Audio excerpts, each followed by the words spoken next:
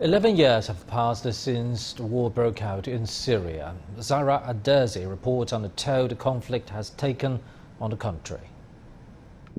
March 15, 2011, a day that changed Syria when protesters took to the streets in Daraa. Since then, it has morphed into an armed conflict that has attracted Islamic militants from groups worldwide.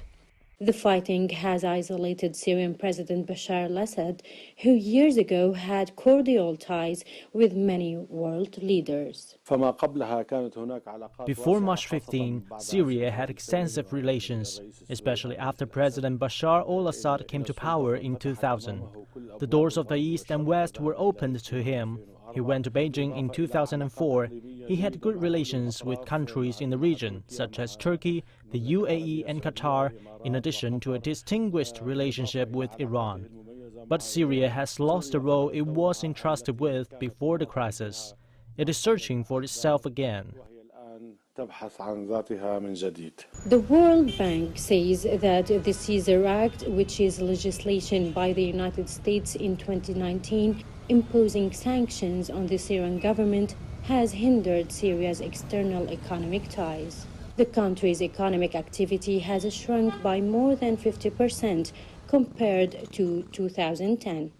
The civil war has destroyed vital sectors and infrastructure in Syria and aggravated a power crisis. The power sector has witnessed several attacks by terrorist armed groups.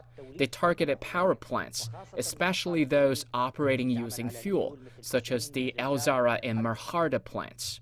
The destruction was systematic to make it more difficult to restore these plants. The sanctions have affected maintenance, and we face difficulties. Over 350,000 people have been killed in the civil war, and 21 million have been displaced so far.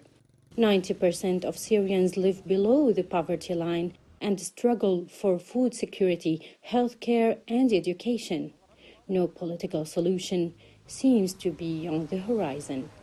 At the beginning of the protest in 2011, many Syrians hoped that they could bring positive change. But more than a decade later, with the movement's militarization and the participation of Islamic militants backed by foreign forces, the civil war has destroyed Syrians' future. Zahraa Alderzi, CGTN, Damascus.